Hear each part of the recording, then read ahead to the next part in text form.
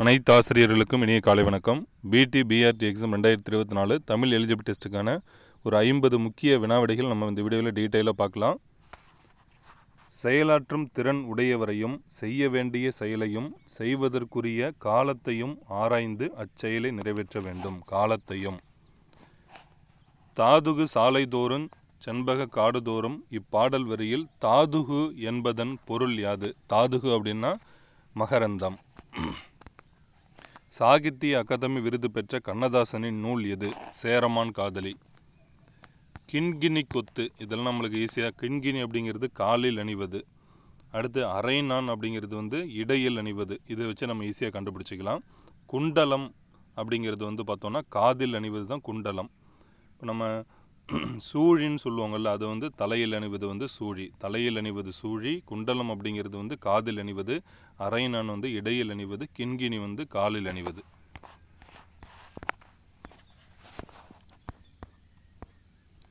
அடுத்து பொறுத்துக்கு கொடுத்துருக்காங்க பாருங்க. பாய்ச்சல் அப்படின்னு இருக்கு. பாய்ச்சல் அப்படின்னா நம்ம என்ன சொல்லுவோம்? பாத்தி.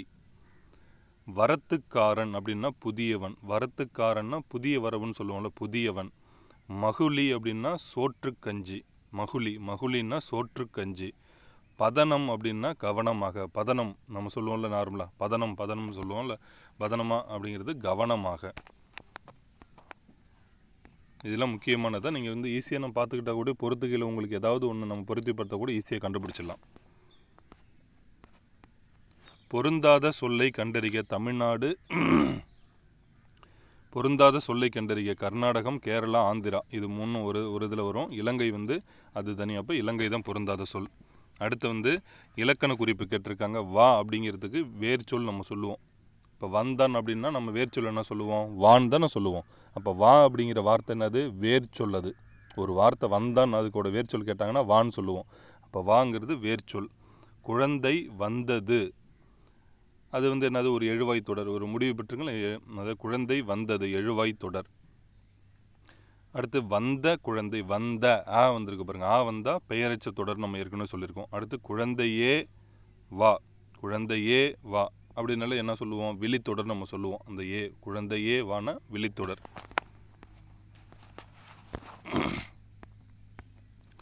அடுத்து வாக்கியம் 1, வாக்கியம் 2. வாக்கியம் 1. ஒரு சொல் தனித்து நின்று பொருள் தருமாயின் அது தனிமொழி எனப்படும். சரி. 2 அல்லது அதற்கு மேற்பட்ட தனிமொழிகள் தொடர்ந்து பொருள் தருவது தொடர்மொழி. இதுவும் சரிதான். அப்போ 1 மற்றும் 2 சரி. அடுத்தது, ஒரு எழுத்து தனித்து நின்றோ பல எழுத்துக்கள் தொடர்ந்து நின்றோ பொருள் தருவது சொல் எனப்படும். அதுவும் சரிதான். சொற்கள் பல தொடர்ந்து நின்று பொருள் தருவது தொடர். இதுவும் சரி. அப்போ 1 மற்றும் 2 சரி. சிலப்பதிகாரத்தில் இடம்பெறும் குடக்கூத்து என்ற ஆடல் எந்த ஆட்டத்திற்கு அடிப்படை அப்படின்னா, குடக்கூத்து அப்படிங்கிறது கரகாட்டத்திற்கு அடிப்படை. பின்வரும் நூல்களுள் வீரமா முனிவரால் எழுதப்பட்டது எது? வீரமா முனிவரால் எழுதப்பட்டது எது? எழுதப்படாததுன்னு கேட்பாங்க ஒரு சில இதில். எழுதப்பட்டது எதுன்னு இப்போ இதில் 1 மட்டும்தான் இருக்கும். அது என்ன பார்த்தீங்கன்னா தொன்னூல் விளக்கம் தான். சரிங்களா? மற்றதெல்லாம் வீரமா முனிவர் இதில் வராது. நாட்டுதும் யாம் ஓர் பாட்டுடை செய்யுள் என்று கூறியவர் யார்? இது சிலப்பதிகாரத்தில் வரும். இளங்கோவடிகள். புத்தரின் வரலாற்றை கூறும் நூல் ஆசிய ஜோதி. தமிழ்நாட்டின் மாநில மரம் பனைமரம். ஏறு தழுவுதல் பற்றி கூறும் சங்க இலக்கியம் எது? அது நம்ம இப்போ இது புக்லேயே நம்ம எல்லாம் ஏற்கனவே படிச்சிருப்பீங்க. கலித்தொகை தான். சொல்வளமும் நற்பண்பும் உடையவர்கள் தாம் பேசும் அவையின் தகுதி அறிந்து பேசுதல் வேண்டும். மிசை என்பதன் எதிர்ச்சொல் என்ன? இதுதான் முக்கியமானது. நம்ம அவசரப்பட்டு ஆன்சர் கொடுக்கக்கூடாது. மிசை என்பதற்கு மேலே தான் நம்மளுக்கு நார்மலான பொருள் கேட்டாங்கன்னா மிசை அப்படிங்கிறதுக்கு மேலே. ஆனால் எதிர்ச்சொல்னு கேட்டிருக்காங்க. நம்ம அதெல்லாம் பார்க்குறதே கிடையாது. அவசரப்பட்டு உடனே மிசையா மேலேன்னு அடிச்சிடக்கூடாது. இது உங்கள் மேஜருக்கு நான் பொருந்தும். இந்த மாதிரி டைப் கொஷின் முதல்ல அவசரப்படக்கூடாது. கேள்வியை புரிஞ்சுக்கணும். அப்போ மிசை என்பதற்கு எதிர்ச்சொல் என்ன வரும்? கீழேன்னு வரும். 2ஆம் எழுத்து ஒன்றி வர தொடுப்பது எதுகை. இப்போ முதல் எழுத்து ஒன்றி வர தொடுப்பது மோனை. 2ஆம் எழுத்து ஒன்றி வர தொடுப்பது எதுகை. வல்லினம் மிகும் இடங்களில் சரியானதை தேர்கன்னு கொடுத்துருக்காங்க. வாழ்க்கை படகு, அதுதான். அன்று சொன்னார், அதில் இச்சு வராது. இரவு பகல், அதில் இச்சு வராது. அத்தனை சிறியது, அதுலேயும் வராது. அப்போ வாழ்க்கை படகு மட்டும்தான் சரியான வல்லினம் மிகும் இடம். அடுத்து வாக்கியம் 1 வாக்கியம் 2. ஞா என்னும் உயிரெழுத்து மட்டுமே சொல்லின் முதலில் வரும். அது வந்து சரிதான். உயிர்மை மொழிக்கு இறுதியில் வராது, வரும். அதில் வந்து இதில் ஆன்சர் தப்பாக கொடுத்துருக்காங்க. உயிர்மை பார்த்தோம்னா ஒரு சில எல்லாமே வராது, பட் ஆனால் ஒரு சில இது வந்து வரும். அதனால் வந்து 1 மட்டும்தான் சரி. இதுதான் வந்து கவர்மெண்ட் ஆன்சர் கீழே வந்து கொடுத்துருந்தாங்க. 1 மட்டும் சரி. வேலு நாச்சியார் சிவகங்கையை மீட்ட ஆண்டு பார்த்தோம்னா 1780. ஆசியாவிலேயே மிக பழமையான நூலகம் என்ற புகழுக்குரியது வந்து தஞ்சை சரஸ்வதி மகால் நூலகம். இது எல்லாருமே கன்னிமரா நூலகம் வந்து அது வேற, இது வேற, நல்லா புரிஞ்சுக்கிங்க. தஞ்சை சரஸ்வதி மகால் நூலகம். திராவிடம் என்னும் சொல்லை முதலில் குறிப்பிட்டவர் மார்க்ஸ் முல்லர். அது தவறு. இந்திய நாடு மொழிகளின் காட்சி சாலை என்று காட்சி சாலையாக திகழ்கின்றது என்று கூறியவர் சாகத்திலிங்க. அது ரைட்டு தான். அப்போ 2 மட்டும்தான் சரி. அடுத்து பார்த்தோம், பொறுத்துக்க கொடுத்துருக்காங்க. குழி அப்படின்னா நில அளவை பெயர். சான் நம்ம சொல்லலாம். சான் அப்படின்னா ஒரு நீட்டல் அளவை பெயர். மடை அப்படின்னா வயலுக்கு நீர் வரும் வழி. கழலுதல் அப்படின்னா உதிர்தல்னு அர்த்தம். இதெல்லாம் ஈஸியாக நம்ம கண்டுபிடிச்சிடலாம். கீழ்கண்டவற்றில் பொருந்தாத ஒன்றை தேர்ந்தெடுக்கவும். இதில் ஈஸியாக நம்ம கண்டுபிடிச்சிடலாம். அப்பர், சுந்தரர், மாணிக்க வாசகர் இவங்கெல்லாம் ஒரு தான். ஆண்டாள் மட்டும்தான் இதில் வந்து பொருந்தாது. அடுத்து வாக்கியம் 1 வாக்கியம் 2. பண்பு உடைய சான்றோரின் வழியில் நடப்பதால் தான் இவ்வுலகம் இயங்கிக் கொண்டிருக்கின்றது. நற்பண்பு இல்லாதவன் பெற்ற செல்வம் தூய்மையற்ற பாத்திரத்தில் வைக்கப்படும் பால் போல பயனின்றி அழியும். இது 2மே சரிதான்.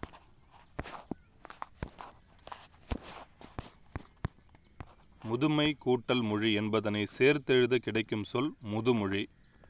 மண் அப்படிங்கிறதுக்கு வந்து பார்த்தோம்னா பெயர் இயற்சொல். நடந்தான் அப்படிங்கிறதுக்கு என்ன வரும்? வினை இயற்சொல். அவனை அப்படிங்கிறது வந்து இடை இயற்சொல். மாநகர் அப்படிங்கிறது உரி இயற்சொல். தந்தை பெரியார் அவர்கள் தோற்றுவித்த இயக்கம் சுயமரியாதை இயக்கமாகும். வாக்கியம் 1 வாக்கியம் 2.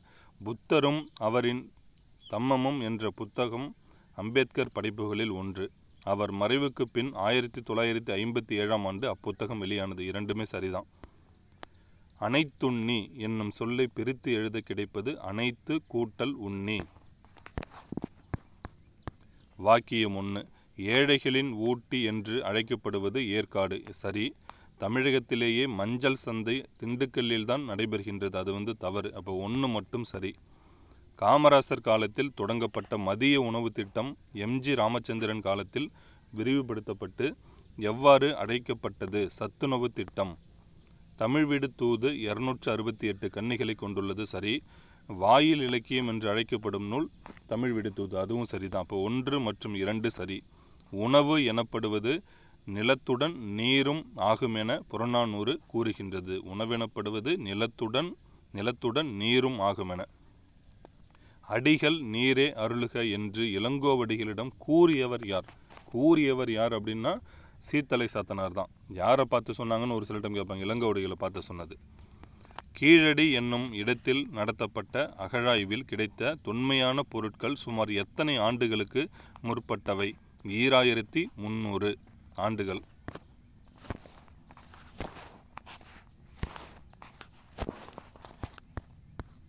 வேற்றுமை உருபுகள் என்பவை அப்படின்னு கொடுத்துருக்காங்க. ஐ, ஆல், கு, இன், அது, கண். இது நம்மளுக்கு தெரியும். வாக்கியம் 1. இசை பேரரசு என்று காந்தியடிகளால் பாராட்ட பெற்றவர் எம்.எஸ். சுப்புலட்சுமி. அது இல்லை. மகசேசே விருது பெற்ற முதல் இசைக்கலைஞர் எம்.எஸ். சுப்புலட்சுமி. அது வந்து சரி. இப்போ 2 மட்டும்தான் சரி. தென்னிந்தியாவின் ஆக்ஸ்போர்டு என்று அழைக்கப்படும் நகரம் பாளையங்கோட்டை. வாக்கியம் 1. நாட்டில் பெரும் பஞ்சம் ஏற்பட்ட காலங்களில் மக்கள் பட்ட துயரங்களை பாடிய கும்மி பாடல்களை பஞ்ச கும்மிகள் என அழைக்கப்பட்டன. ரைட்டு. பஞ்ச கும்மிகள் நூலை தொகுத்தவர் புலவர் குழந்தை. அது தப்பு. அப்போ 1 மட்டும் சரி. தவறான இணையை கண்டறிக. பெருமாள் திருமொழி வந்து Kulasekara Alvar. Right. Silappatikaram Ilangovadigal. Right. காலக்கணிதம் Kannadasan. Right. தேம்பாவணிதான் வீரமாமுனிவர்னு வரணும். குமரகுருவர் இருக்க. தப்பு. செல்வத்து பயனே ஈதல் துய்ப்பேம் எனினே தப்புன பலவே இப்பாடலடிகள் இடம்பெற்றுள்ள நூறு வந்து புறநானூறு. முத்தமிழ் காப்பியம் என்று போற்றப்படுவது சிலப்பதிகாரம். பின்வருவனற்றுள் ஒன்று பாரதிதாசனின் படைப்பு அல்லன்னு கொடுத்துருக்காங்க. இந்த கவிஞனின் காதல் அப்படிங்கிறது அவருடையது கிடையாது.